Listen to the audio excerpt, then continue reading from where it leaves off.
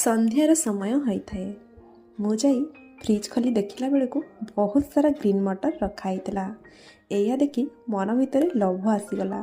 ଭାବିଲି ଏ ଗ୍ରୀନ୍ ମଟରକୁ ନେଇ କିଛି ତ ଗୋଟେ କ'ଣ ସ୍ନାକ୍ସ ରେସିପି ବନେଇବି, ଯେଉଁଟାକି ଖାଇବା ପାଇଁ ଘରେ ଛୋଟରୁ ବଡ଼ ପର୍ଯ୍ୟନ୍ତ ସମସ୍ତଙ୍କୁ ପସନ୍ଦ ଆସିବ। ତ ଆପଣମାନେ ଭାବୁଥିବେ ନା, ଏ ଗ୍ରୀନ୍ ମଟର ଏମିତି କ'ଣ ଗୋଟେ ବନେଇଛି ଯେଉଁଟାକି ଆମ ସହିତ ଆଜି ସେୟାର କରୁଛି। ତ ଡେରି ନ କରି ଭିଡ଼ିଓଟିକୁ ପ୍ରଥମରୁ ଶେଷ ପର୍ଯ୍ୟନ୍ତ ଦେଖନ୍ତୁ। ଯଦି ରେସିପି ପସନ୍ଦ ଆସିବ ନିଶ୍ଚିତ ଭାବରେ ଭିଡ଼ିଓକୁ ଗୋଟେ ଲାଇକ୍, ଆଉ ଚ୍ୟାନେଲରେ ନୂଆ ଥିଲେ ଚ୍ୟାନେଲକୁ ସବସ୍କ୍ରାଇବ୍ କରିବା ପାଇଁ ଜମାରୁ ଭୁଲିବେନି। ଆଉ ଫେସବୁକ୍ ପେଜ୍ରେ ଭିଡ଼ିଓଟିକୁ ଦେଖୁଥିଲେ ଫଲୋ ତ ନିଶ୍ଚିତ ଭାବରେ କରିବେ। ଏଇଠି ମୁଁ ନେଇଥିଲି କିଛି ଗ୍ରୀନ୍ ମଟର, ଭଲ ଭାବରେ ଚୋପା ଛଡ଼ି ସାରି ତାକୁ ଦେଇଥିଲି ଗୋଟେ ଗ୍ରାଇଣ୍ଡିଙ୍ଗ ଜାର୍ରେ। ଗ୍ରାଇଣ୍ଡିଙ୍ଗ ଜାର୍ରେ ନେବା ପରେ ଏଇଥିରେ ଦେଇଥିଲି 2 ଖଣ୍ଡ ଅଦା, କିଛି କଞ୍ଚା ଲଙ୍କା, ଏସବୁତକ ନେଇ ହାଲକା ଖଦଡ଼ା ରଖି ଗ୍ରାଇଣ୍ଡ କରି ନେଇଥିଲି। ଏହାକୁ ଗୋଟେ ବାଉଲକୁ ବାହାର କରି ନେବା। ତାପରେ ଚାଲନ୍ତୁ ଗୋଟେ ଡୋ ପ୍ରସ୍ତୁତ କରିବା।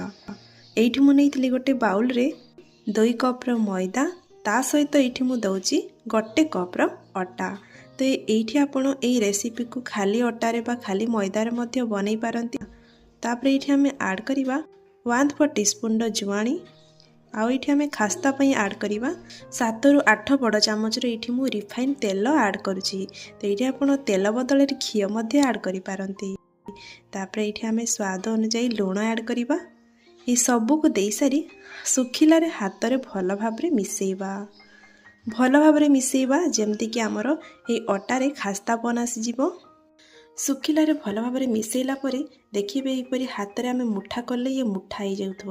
ମାନେ ଏଇଠି ଆମର ଏଇ ସ୍ନାକ୍ସକୁ ବନାଇବା ପାଇଁ ଖାସ୍ତା ପୁରା ପରଫେକ୍ଟ ଅଛି।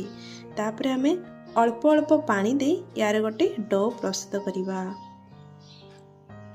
ନା ଅଧିକ ନରମ ନା ଅଧିକ ଟାଣ, ଏଇଭଳି ଭାବରେ ଆମେ ଏଇ ଅଟା ଏବଂ ମଇଦାର ଗୋଟେ ଡୋ ଆମେ ପ୍ରସ୍ତୁତ କରିବା। ଏହିପରି ଭାବରେ ଆମେ ଭଲ ଭାବରେ ମିଶାଇ ନେବା। ତ ଏଇଠି ଆମର ରେଡ଼ି ହେଇଯାଇଥିଲା ଏଇ ସ୍ନାକ୍ସକୁ ବନେଇବା ପାଇଁ ଆମର ଏଇ ଡୋ। ତାପରେ ଆକୁ କ'ଣ କରିବା ନା, କଭର କରି ପାଖାପାଖି 10ରୁ 15 ମିନିଟ୍ ରେଷ୍ଟରେ ରଖିଦେବା, ଯାହାଦ୍ୱାରା କି ଆମର ଏଇ ଡୋ ଭଲ ଭାବରେ ସେଟ୍ ହେଇଯିବ। ତାପରେ ଆମେ ଗ୍ୟାସ୍ ଉପରେ ବସାଇଦେବା ଗୋଟେ କଡ଼େଇଟେ, ସେଇଥିରେ ଦେଇଦେବା 2ରୁ 3 ଚାମଚ ରିଫାଇନ୍ ତେଲ। ତେଲକୁ ହାଲକା ଗରମ ହେବା ପାଇଁ ଦେବା, ଆଉ ସେଇଥିରେ ଆଡ଼୍ କରିଦେବା 1/4 ଟିସ୍ପୁନର ଗୋଟା ଜିରା।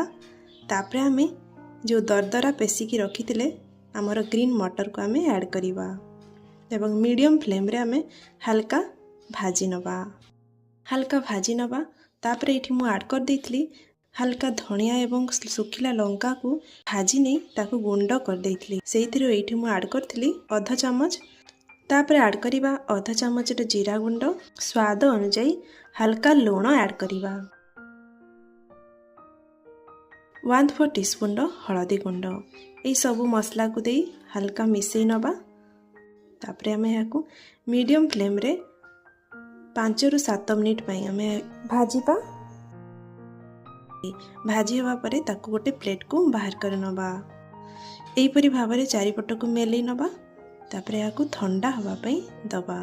ଥଣ୍ଡା ହେବା ପରେ ଏଇଠି ଆମେ ଯେଉଁ ଡୋକୁ ପ୍ରସ୍ତୁତ କରି ରଖିଥିଲେ ତାକୁ ମଧ୍ୟ ନେଇ ଆସିବା। ତ ଏବେ ଆମେ ଏଇ ଡୋରୁ ଅଳ୍ପ ନେଇ ଏଇଭଳି ଭାବରେ ଆମେ ଗୋଟେ ଗୋଲା ପ୍ରସ୍ତୁତ କରିବା। ଗୋଲା ପ୍ରସ୍ତୁତ କରିସାରି ଆମର ଏଇ ଷ୍ଟଫିଂକୁ ଭରିବା ପାଇଁ ଆମକୁ ଯେତିକି ସ୍ପେସ୍ ଦରକାର ହେବ ସେହି ହିସାବରେ ଏଇଠି ଆମେ ଚାରିପଟରୁ ଏଇଭଳି ହାତରେ ଆସ୍ତେ ଆସ୍ତେ ପ୍ରେସ୍ କରି ଗୋଟେ ହୋଲ୍ ପ୍ରସ୍ତୁତ କରିବା। ତାପରେ ଆମେ ଯେଉଁ ଷ୍ଟଫିଂ ପ୍ରସ୍ତୁତ କରିଥିଲେ ଏଇ ଷ୍ଟଫିଂକୁ ନେଇ ସେ ହୋଲ୍ ଭିତରେ ଭରିଦେବା। ତାକୁ ଭରି ଚାରିପଟରୁ ଏଇଭଳି ଭାବରେ କ୍ଲୋଜ୍ କରିଦେବା ଏବଂ ଏକ୍ସଟ୍ରା ଅଟାଟିକୁ ବାହାର କରି ହାତରେ ଏହିପରି ଗୋଲ କରିନେବା। ତ ଏଇଠି ଆମର ଗୋଟେ ପ୍ରସ୍ତୁତ ହୋଇଗଲା। ସେଇଭଳି ଭାବରେ ଆମେ ଏଇଠି ଆଉ ଗୋଟେ ପ୍ରସ୍ତୁତ କରିନେବା।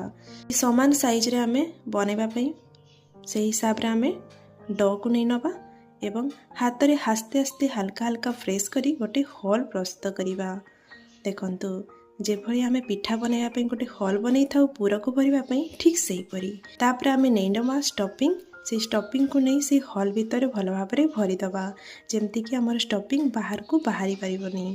ଷ୍ଟଫିଂକୁ ଭଲ ଭାବରେ ଭରିବା ପରେ ଚାରିପଟରୁ ଏହିଭଳି ଆସ୍ତେ ଆସ୍ତେ ତାକୁ ଆମେ କ୍ଲୋଜ୍ କରିନେବା। ତାପରେ ଆମେ ଏହାକୁ ଏହିପରି ହାତରେ ଗୋଲ କରିଦେବା। ଏଠି ଆମର ଆଉ ଗୋଟେ ପ୍ରସ୍ତୁତ ହେଇଗଲା। ଏଇଠି ମୁଁ ଏଇ ସ୍ନାକ୍ସକୁ ଫ୍ରାଏ କରିବା ପାଇଁ କଡ଼େଇରେ ନେଇଛି କିଛି ରିଫାଇନ୍ ତେଲ।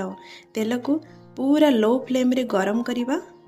ଆମର ଏଇ କଚରୀ ଗୁଡ଼ିକ ନେଇ ତେଲରେ ଦେଇଦେବା। ତେଲକୁ ପୁରା ଲୋ ଫ୍ଲେମ୍ରେ ଗରମ କରିବା। ଯେମିତି ଆମେ ସିଙ୍ଗଡ଼ାକୁ ଫ୍ରାଏ କରିଥାଉ ଠିକ୍ ସେହିପରି ପୁରା ତେଲର ଟେମ୍ପରେଚର ପୁରା ଲୋ ଥିବ, ସେହି ସମୟରେ ହିଁ ଆମେ ଏଇ ସ୍ନାକ୍ସ ଗୁଡ଼ିକୁ ଦେଇଦେବା ଏବଂ ଏହିପରି ଏପଟ ସେପଟ କରି ଆମେ ଆମର ଏଇ କଚରୀ ଗୁଡ଼ିକ ଫ୍ରାଏ କରିବା। ଦେଖନ୍ତୁ ଏହିପରି ଗୋଟେ ସ୍ପୁନ୍ ସାହାଯ୍ୟରେ ଯଦି ଆମେ ଏପଟ ସେପଟ କରି ଆମର ଏଇ କଚରୀ ଗୁଡ଼ିକ ଫ୍ରାଏ କରିବା, ଏ ଗୋଟେ ପୁରା ଇଭେନ୍ କଲର୍ ହେଇକି ଆମର ଏଇ କଚରୀ ଗୁଡ଼ିକ ଫ୍ରାଏ ହେବ।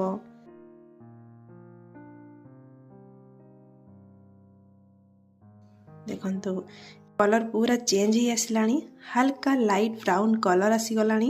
ମାନେ ଏଇଠି ଆମର ଏଇ କଚରୀ ଗୁଡ଼ିକ ଫ୍ରାଏ ହେଇଯାଇଛି। ତ ଏବେ ଆମେ ଏହାକୁ ଛାଣି ଆଣି ଗୋଟେ ପ୍ଲେଟ୍ରେ ସର୍ଭ କରିବା। ଥଣ୍ଡା ହେଲା ପରେ ମଝିରେ ଗୋଟେ ନେଇ ଫାଳିକି ଦେଖିବା ଆମର ଏଇ କଚଡ଼ି ବା ଆମର ଏଇ ସ୍ନାକ୍ସ କିପରି ଭାବରେ ପ୍ରସ୍ତୁତ ହେଇଥିଲା।